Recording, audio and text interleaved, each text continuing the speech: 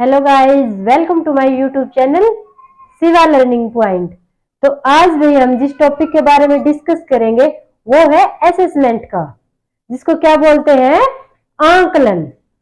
तो आंकलन के बारे में जानने से पहले सबसे पहले ये पता होना चाहिए कि आंकलन क्या होता है भाई।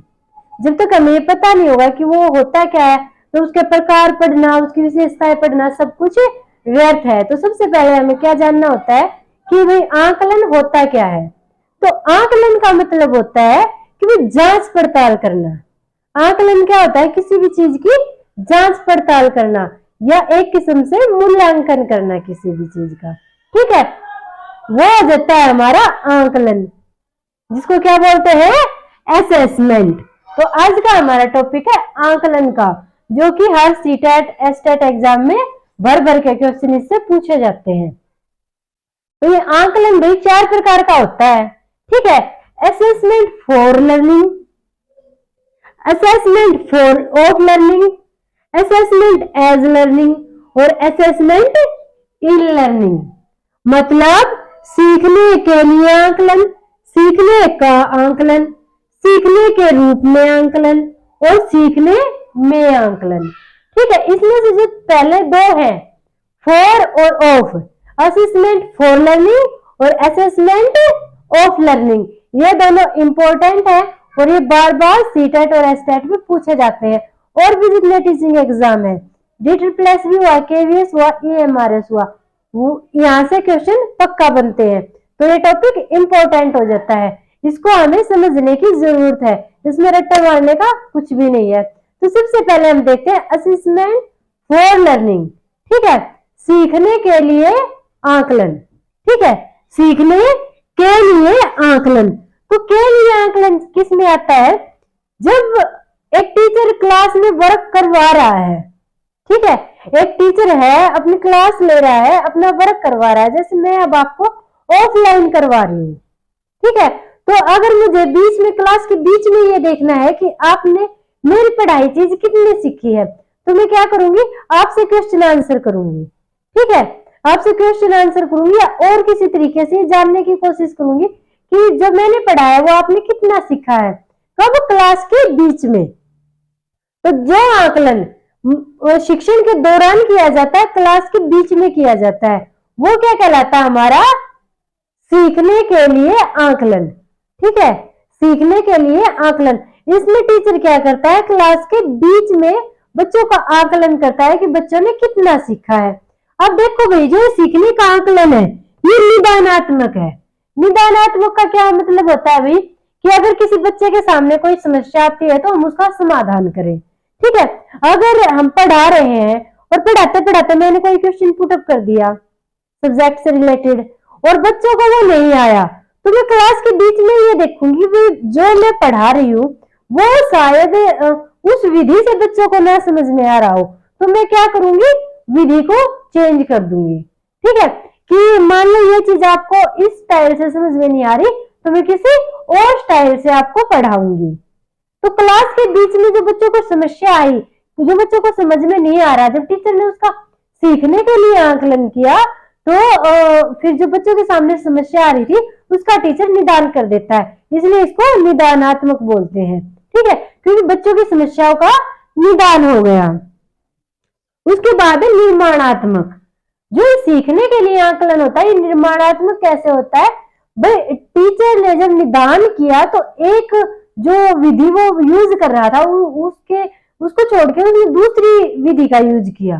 ठीक है, तो एक विधि को छोड़ के और दूसरी विधि का जब निर्माण किया जा रहा है, ठीक है, टीचिंग में बच्चों के लिए, बच्चों का आकलन करके उसने देखा कि जो मैं पहले जिस तरीके से पढ़ा रहा था बच्चे नहीं सीख पा रहे हैं, तो उसने नया तरीका डेवलप किया। तो इसलिए इसको क्या बोलते हैं, निर्माणात्मक। उसके बाद आता है प्रतिपुष्टि। जो सीखने के लिए आंकलन होता है वो बच्चों को प्रतिपुष्टि भी देता है कि बच्चों ने कितना सीखा है। ठीक है, हम जैसे बच्चों को फीडबैक देते हैं कि भाई बच्चे ने इतना सीखा है, इतना नहीं सीखा है, हमें एक फीडबैक मिल जाता है बच्चे का।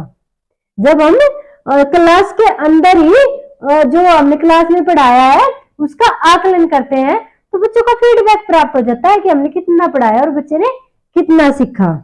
उसके बाद है इम्प्रूव टीचिंग लर्निंग। तो वो जो टीचिंग लर्निंग प्रोसेस है उसका इम्प्रूवमेंट होता है, क्योंकि हम बच्चे की समस्याओं को क्लास के अंदर ही सोल्व कर देते हैं। उसके बाद है मार्गदर्शन।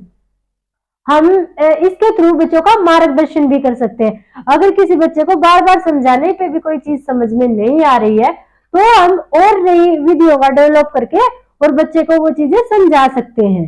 अगर बच्चा क्लास में ध्यान नहीं दे रहा है तो उसका मार्गदर्शन कर सकते हैं कि आप क्लास में ध्यान नहीं दे रहे हो, इसलिए आपको चीजें समझ में नहीं आ रही है।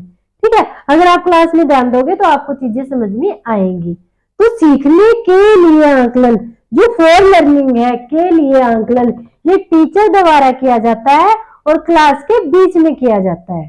ठीक है, सीखने के लिए ये टीचर द्वारा किया जाता है और क्लास के बीच में किया जाता है।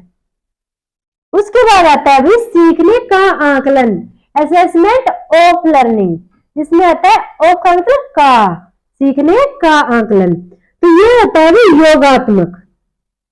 जो सीखने का आंकलन होता है वो योगात्मक होता है। सीखने का आंकलन क्या होता है, जब हम क्लास में बच्चों को पढ़ा रहे हैं, हमने कोई टॉपिक पूरा पढ़ा दिया या मान लो चैप्टर हमने पूरा करवा दिया या पूरी बुक करवा दी, पूरी यूनिट करवा दी। एक तो हम पूरा चैप्टर कंप्लीट होने के बाद फिर बच्चों से टेस्ट लेते हैं और ये देखते हैं कि यहाँ पे बच्चे ने कितने अंक प्राप्त किए, तो उसको कितना समझ में आया।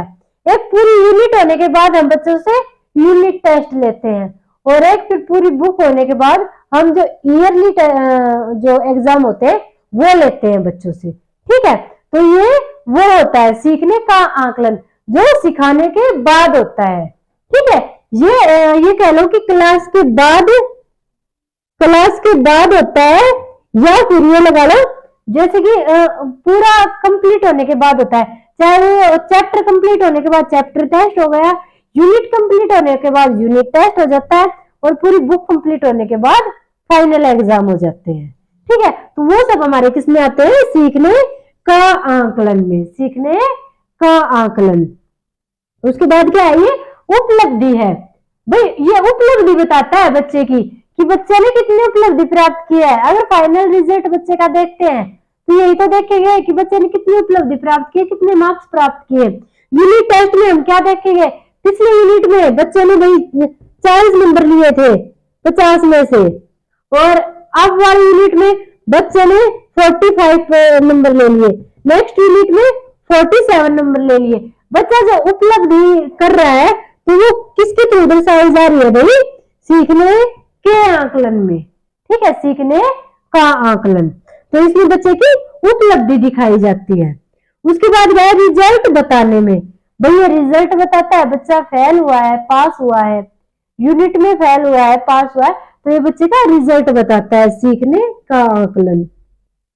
उसके बाद क्या है, पाठ या कक्षा की समाप्ति पर जो हमारी परीक्षाएं होती हैं, मानक परीक्षाएं होती है, उनमें मैं बार बार बता रही हूँ, अगर चैप्टर हमारा समाप्त हो जाता है उसके बाद जो टेस्ट लिया जाता है, यूनिट समाप्त हो जाती है उसके बाद जब टेस्ट होता है, या बुक समाप्ति पर जो हमारा फाइनल एग्जाम होता है, वो सारे किस में आते हैं, सीखने का आंकलन में। दोनों में डिफरेंस समझना है। ये क्लास के बीच में लिया जाता है, जो डेली क्लास लगती है क्लास के बीच में बच्चा अध्यापक ये देखता है बच्चे ने कितना सीखा, और ये पूरा सिलेबस कंप्लीट होने के बाद या फिर यूनिट या चैप्टर कंप्लीट होने के बाद टीचर द्वारा इसका आंकलन किया जाता है। ठीक है, इसमें नो फीडबैक, इसमें बच्चों का कोई फीडबैक नहीं प्राप्त होता। ठीक है, कि भी बच्चों की क्या समझ में आया, क्या बच्चों की नहीं समझ में आया। अब पूरी यूनिट से जब हमने टेस्ट ले लिया तो हम खुद ये ऐसे कंफ्यूज हो जाएंगे कि बच्चे ने किस चैप्टर में तो अच्छा किया है और किस चैप्टर में बच्चे ने डल किया है। ठीक है, तो बच्चों को फीडबैक नहीं प्राप्त हो पाता। वैल्यू जजमेंट, इसमें सिर्फ वैल्यू जजमेंट ही प्राप्त होती है। ये था भाई सीखने का आंकलन। ये दो मोस्ट इंपोर्टेंट है, बार बार पूछे जाते हैं, सीखने के लिए आंकलन और सीखने का आंकलन। ये कक्षा के बीच में किया जाता है, अध्यापक द्वारा ही किया जाता है, और ये कक्षा के बाद किया जाता है, ये भी अध्यापक के द्वारा ही किया जाता है। उसके बाद आता है असेसमेंट एज लर्निंग, सीखने के रूप में आंकलन। सीखने के रूप में आंकलन ये किसके द्वारा किया जाता है, ये किया जाता है बच्चे के द्वारा, जो बच्चा सीख रहा है उसके द्वारा किया जाता है। छात्रों के द्वारा सीखने के दौरान किया जाने वाला। अब बच्चे जब क्लास में स्टडी कर रहे हैं, ठीक है, तो बच्चे कैसे करते हैं कि मुझे याद नहीं हुआ है, तो किसके अंडर आता है वो भाई, सीखने के रूप में आकलन, जो बच्चों द्वारा खुद से किया जाता है। जो वर्ड मीनिंग है, क्लास में एक दूसरे बच्चे से बोलते हैं भाई तू वर्ड बोल, मैं उसका मीनिंग बोलूंगा, ठीक है, इस टाइप से जब ये आकलन कर रहे होते हैं तो वो होता है सीखने के रूप में आकलन, जो बच्चों के द्वारा किया जाता है। इससे छात्रों की सोच को आगे बढ़ती है। भाई बच्चों का माइंड डेवलप होता है, जब वो खुद का आकलन खुद ही करते हैं तो उन्हें अपनी कमजोरियों का पता चलता है। इंप्रूव स्टूडेंट एबिलिटी, जब उनको अपनी कमजोरियों का पता चलता है तो वो उनको दूर करने की कोशिश करते हैं। इससे जो छात्रों की योग्यताएं हैं उनका इम्प्रूवमेंट होता है। फिर क्या है, पीर ग्रुप लर्निंग।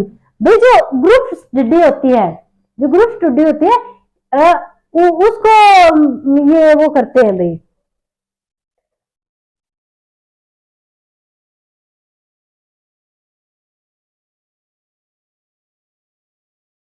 जो ग्रुप स्टडी होती है उसको बढ़ावा देते हैं। ग्रुप स्टडी को इसमें बढ़ावा दिया जाता है, क्योंकि बच्चे एक दूसरे से ये बोलते हैं कि भाई तू देख मेरे क्वेश्चन सुन, मैं तुझे आंसर सुनाता हूँ, मुझे पता चल जाएगा मुझे कितना याद हुआ है। चल मैं आंसर मैं क्वेश्चन बोल रहा हूँ, तू आंसर सुना, मैं तेरा देखूंगा तुझे कितना याद हुआ है। तो बच्चे क्या कर रहे हैं, आपस में ग्रुप में स्टडी कर रहे हैं, ठीक है। तो ये रहता है सीखने के रूप में आंकलन, जो बच्चों के द्वारा किया जाता है। उसके बाद आता है सीखने में आंकलन। सीखने में आंकलन, कक्षा में जो भी पढ़ाया या सिखाया जाता है उसके बीच में आंकलन करना। इसमें क्वेश्चन आंसर आगे, क्विज आगे, एक्टिविटी आगे, ठीक है। मतलब जो क्लास में टीचर पढ़ा रहा है उसमें बच्चे क्या करते हैं, टीचर ने बोल दिया कि आज भी एक क्विज रख लेते हैं, जो टीचर ने पढ़ाया उसका एक क्विज रख दिया, सारे बच्चे क्विज में पार्टिसिपेट करते हैं, क्वेश्चन आंसर करते हैं एक दूसरे से, ठीक है। भाई अलग अलग एक्टिविटी करते हैं, गेम खेलते हैं, सब्जेक्ट से रिलेटेड गेम खेलते हैं। तो ये सारी चीजें किसमें आ जाएंगी, सीखने में आकलन। तो आई होप आप सबको आकलन का जो चैप्टर है वो समझ में आया होगा। बहुत ही छोटा सा चैप्टर था, परंतु बहुत ही इंपॉर्टेंट टॉपिक है, इसमें से हर बार क्वेश्चन आते हैं। तो भाई देख लेना, सीखने के लिए आकलन और सीखने का आकलन मोस्ट एंड मोस्ट इंपॉर्टेंट है। ये क्लास के बीच में होता है, टीचर के द्वारा किया जाता है, और ये क्लास के बाद होता है या फिर चैप्टर यूनिट की समाप्ति पे होता है, ये भी टीचर द्वारा किया जाता है, ये बच्चों के द्वारा किया जाता है। और इसमें क्विज वगैरह करवाए जाते हैं, गेम वगैरह करवाए जाते हैं, क्वेश्चन आंसरिंग करवाई जाती है।